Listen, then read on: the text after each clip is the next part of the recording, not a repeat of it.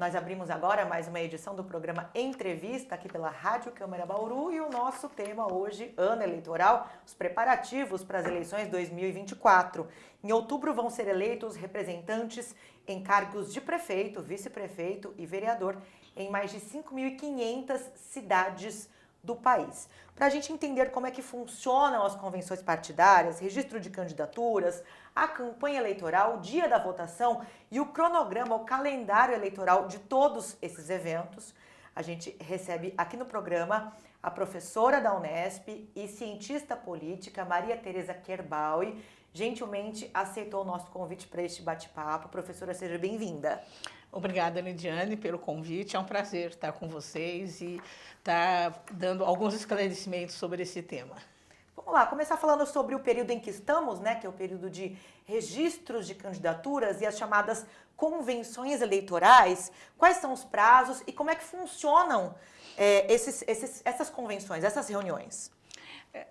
Lidiane, acho que a gente podia primeiro falar sobre as datas da eleição. Que o primeiro turno, né, que é a eleição para todas as câmaras municipais e para todas as prefeituras, é 6 de outubro. E o segundo turno, nos municípios com mais de 200 mil habitantes que não conseguiram a maioria absoluta, nós vamos ter, então, um segundo turno no dia 27 de outubro. Acho que essas duas datas são importantes para os nossos ouvintes marcarem, né, quando vão ser as eleições. Em relação às convenções partidárias, elas já tiveram início no dia 20 de julho e elas vão até o dia 5 de agosto, quando os partidos, as coligações partidárias e as federações partidárias vão decidir sobre os candidatos que serão escolhidos para representar essas agremiações para candidatos a prefeitos e vereadores. Existem regras para escolha, para definição dessas candidaturas, professora? No caso dos prefeitos, a regra é a escolha do diretório municipal que escolhe. Tá? Então, você tem, no caso das federações, é um pouquinho mais complicado, porque nós temos 3 federações, né? Nós temos a Federação PT, PV e PCdoB, a Federação PSDB Cidadania e a Federação que é Rede e PSOL. E temos a União, DEM e PFL. Os outros partidos concorrem sozinhos, né, mas podem fazer uma coligação para as eleições de prefeito. Para as eleições de vereador, essas coligações não existem mais. Cada partido vai ter que indicar os seus candidatos, né, e pode ser até 100% das vagas de cada Câmara Municipal, ou da Câmara Municipal de cada cidade. Lembrando que existem cotas a serem cumpridas dentro dessas legendas. Por exemplo, Sim. Cotas para candidatas mulheres. Cota para candidatas mulheres e cota para candidatos negros. 30% de cota para candidatas mulheres, desse 100%, 30% é para candidatas mulheres, e candidatos negros é proporcional ao número de negros em cada estado ou no Brasil. Uhum. Agora, professora, passado esse período, então, do registro das candidaturas, né, onde quando acontecem essas convenções partidárias, a partir dos dias 6 de agosto, nós temos, então, o início da campanha eleitoral. Quais são as regras? O que pode e o que não pode ser feito, em especial pelos candidatos nesse período? Olha, a partir de 6 de agosto, porque os registros vão ser no dia 15 de agosto, e até 20 de agosto, o TSE divulga aqueles candidatos que foram registrados e aceitos pelo TSE. A partir do dia 6 de agosto, as emissoras de rádio e de televisão não podem, em sua programação normal e em seu noticiário, ainda que sob forma de entrevista, transmitir imagens de realização de pesquisa ou de qualquer outro tipo de consulta popular de natureza eleitoral em que seja possível identificar o entrevistado ou em que haja manipulação de dados. Veicular propaganda política. Dar tratamento privilegiado a candidato, candidata, partido político, federação ou coligação, inclusive sob a forma de retransmissão de live eleitoral.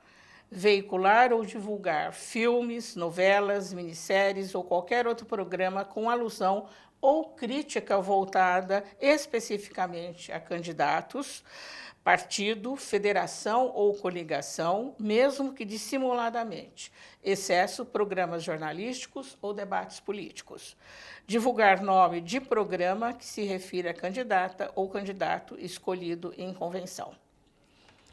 A propaganda eleitoral se inicia no dia 16 de agosto. Existem essas regras para televisão e rádio, né, para propaganda nas mídias convencionais, mas a gente tem um terreno muito fértil que já se mostrou bastante impactante, né, que tem uma grande influência sobre as candidaturas e as eleições, que são as redes sociais, né, professora? A eleição feita na internet, ela também é alvo de fiscalização, de cuidado por parte dos candidatos e de fiscalização pela Justiça Eleitoral. Especialmente a inteligência artificial. Saiu uma nova regulamentação, né, do Tribunal Superior Eleitoral, especificamente sobre a propaganda com o uso da inteligência artificial, e nessa legislação fica terminantemente proibido as deepfakes, né, e o aviso obrigatório de uso da inteligência artificial com conteúdo divulgado. Então, se o candidato ele pode usar a inteligência artificial na sua propaganda, mas caso faça isso, ele tem que colocar um comunicado, um aviso na propaganda que isso foi feito a partir da inteligência artificial. Certo. Passado esse período, então, da campanha eleitoral, propaganda eleitoral gratuita, nós temos no dia 6 de outubro, aliás, de fato, o dia da eleição, 8 horas da manhã até 5 horas da tarde. Quais são as regras para eleitores, para candidatos, o que pode e o que não pode nesse dia?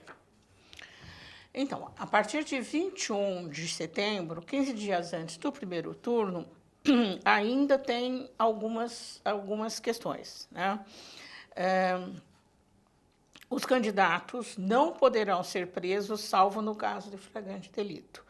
Já eleitores e eleitoras não poderão ser presos a partir de 1º de outubro, 5 dias antes do primeiro turno, a não ser em caso de flagrante delito, incumprimento de sentença judicial por crime inafiançável em razão ou em desrespeito ao salvo-conduto.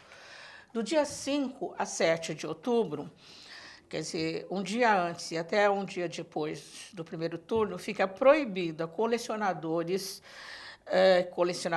atiradores, caçadores e caçadores transportar armas e munição em todo o território nacional.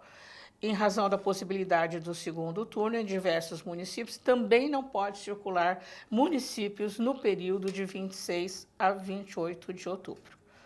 Acho que é basicamente essas restrições que estão postas neste caso, mas você tem também algumas restrições que são válidas, né, até a posse do eleitor, né?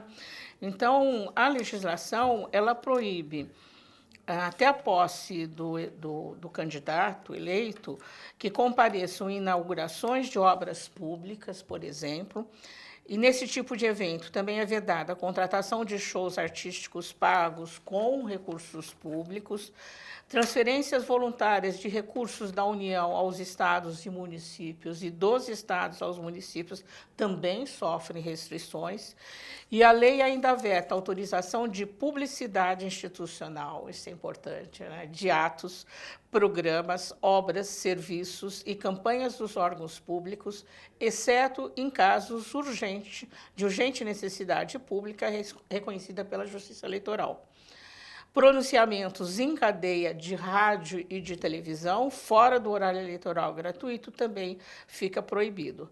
E agentes públicos não pode nomear, contratar ou admitir, dispensar sem justa causa, suprimir, readaptar vantagens ou dificultar ou impedir o exercício da função de servidores, remoções de cargo, transferências ou exonerações que também são vetadas. Tem exceção para cargos de confiança, para nomeações do Poder Judiciário, Ministério Público, tribunais, conselhos de conta e órgãos da Presidência da República, desde que tenham sido aprovados e homologados até o dia 6 de julho. Acho que são basicamente essas questões que devem ser observadas pelos eleitores. E pelos candidatos. Exatamente, também. exatamente. Para a gente finalizar, professora, como fica a prestação de contas? Quais cuidados os partidos, os candidatos devem tomar durante esse período de campanha e depois da eleição, inclusive, né? Então, ele tem que fazer a prestação de contas no primeiro turno até o dia 5 de novembro. É feita uma prestação de conta parcial, né? E de 5 de novembro é também o prazo para as candidatas dos partidos que vão disputar o segundo turno, né? E a prestação final é 16 de novembro. Então, o cuidado é em relação ao uso dos recursos públicos, porque hoje as campanhas elas têm financiamento do fundo eleitoral, financiamento do fundo partidário e financiamento de pessoas privadas, não podem ser pessoas jurídicas, né? Quase sempre o financiamento de pessoas privadas tem sido muito restrito. Os maiores recursos são do fundo partidário e do fundo eleitoral. E essa repartição do fundo, ela é feita pelo partido. O partido é que decide quanto vai gastar para as eleições municipais, né? Já tem alguns partidos, por exemplo, que decidiram que vão investir mais em municípios de maior parte, outros que vão investir mais em municípios de menor parte. Então, esse percentual depende do partido, né? do quanto ele vai gastar, tanto do fundo partidário quanto do fundo eleitoral, na eleição desses candidatos, e tem que ser prestada atenção de como essa prestação de conta, não só do partido, mas também dos candidatos, deve ser realizada. Tá certo? Ficam algumas orientações aqui a respeito de regras, o que pode, o que não pode. Nós que estamos agora nesse período de convenções partidárias, registro de candidaturas agora para as nossas eleições de outubro. Nosso papel aqui como TV e Rádio Pública de informar, dar a informação, dar o calendário, o cronograma para você, eleitor, candidato, enfim, se situar, né, e conseguir participar do processo de forma tranquila. E eu aproveito para agradecer aqui a nossa convidada, mais uma vez, a cientista política e docente da Unesp, Maria Tereza Kerbal. E professora, mais uma vez, muitíssimo obrigada pela presença. Obrigada. Só gostaria de acrescentar que há uma grande expectativa com as eleições municipais desse ano, porque elas provavelmente serão definidoras das relações partidárias e de indicação de candidatos para as eleições de 2026, que acontece daqui a 2 anos. Em todo o país, né? Eleição nacional. Eu agradeço você também que nos acompanhou aqui pela TV e Rádio Câmara. E lembro que este conteúdo fica disponível para você acessar em qualquer momento pelo nosso canal no YouTube. Procure lá, TV Câmara Bauru 2. Até a próxima!